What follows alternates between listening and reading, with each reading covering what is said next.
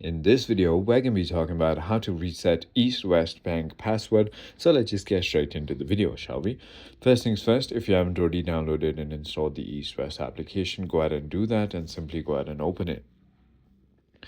Now you're going to be taken to this page where you want to simply click on login, and on the bottom simply click on the accessibility icon right over here. Now simply click on continue, and you're going to be taken to their login portal but on a browser.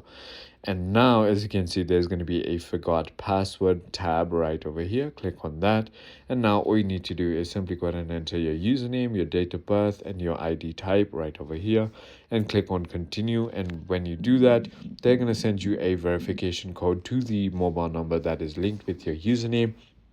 Simply go ahead and enter that, and they're going to allow you to change your password.